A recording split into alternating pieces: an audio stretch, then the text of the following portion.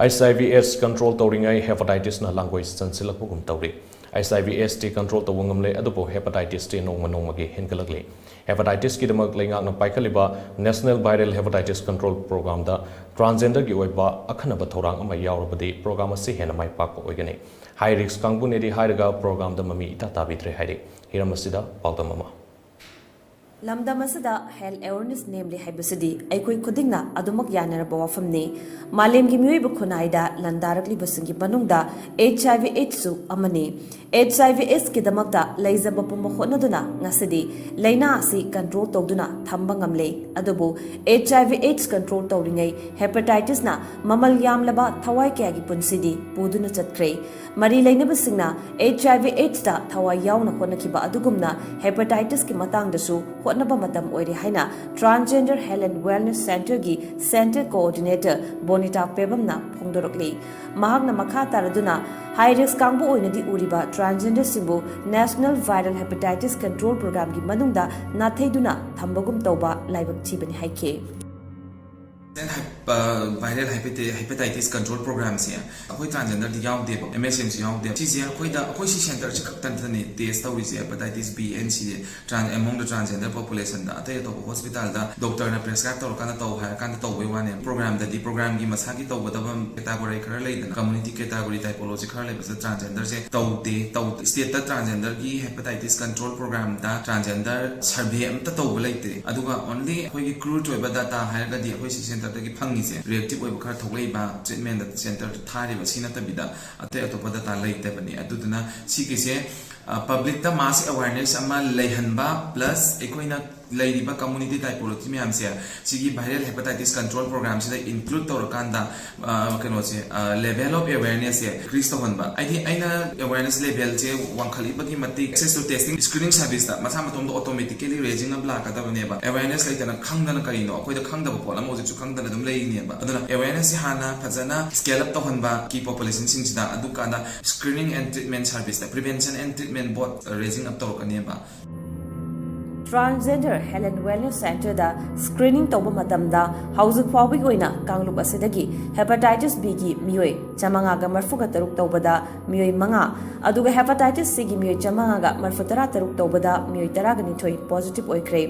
positive oiriba singi tawfum thokfa viral load na chingba sing tawkre hairi transgender singna masad leriba anaba sing lot sinduna thambagi mahutta matam chana laktuna test dokthukse haina bonitana appeal tawrokpaga loinana Meeyamna transgender singbu tathi tawoini yengbiba amadi khunaidagi nathaiduna thambana ngasidi transgender sing masana masabu nathaiba hanthani yengzaba self stigma leiba ohelle masi kokna na bokhonabada leiminariba aikoi khudingi thaudang lei haike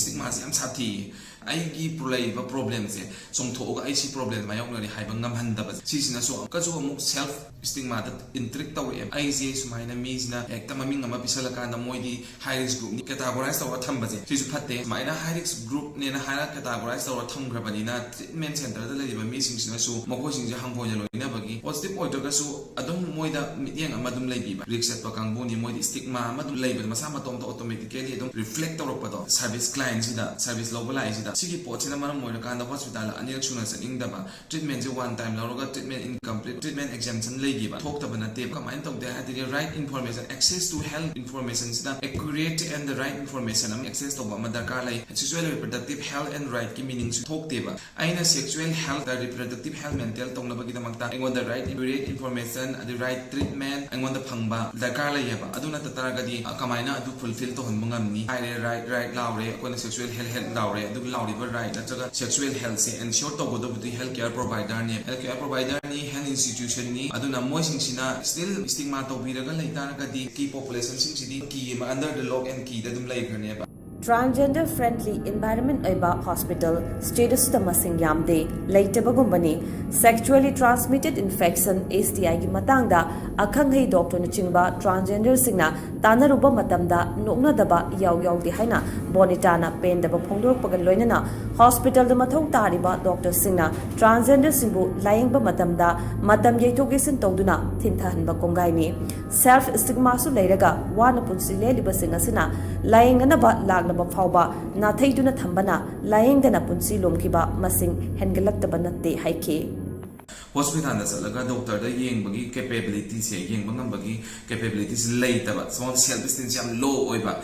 taraga su mi chena ba chai tom ta ina ri ai taraga doctor sa to ngambagi mongonda self kenos leitaba power esteem je leitaba ni manam oira kanda anam je lo chalaga dum thamba adigi stigma duna hospital da chalani ko transgender mana hospital da satpa matamda mana nari ba leina duna STI ko mo oire en khala se ba kamta di haida taraga su mi human gesture ama leidana ko mokri to ba ina da ba mo utpa wahai na bok taw sum chi mo chi la yang bala STI na imali kamai tong na ino kai na hai bana sing ba to mar maring to ba thanda na kong da tar kanda la yang ba saking da bagi po doctor duga wai chan ba matam da untouchable oina treat to ba treatment da doctor na transgender ama la yang gi ba matam da di treatment gi plan je sumi to prolong treatment plan ama sem bana sing ba si se healthcare provider khuding mak tin natte to bo da bu adum yawe ba high risk factor oina su longna river TG kangu se akoina dumak na thairaga thamlabra hai basi mai ke kya di dum hangrakpa wahang ama oiri aduga amarom high river Malem gi laimai de gi lising ani kuntra da muthat kanina thammi ba hepatitis C high risk factor ama oiri ba TG sing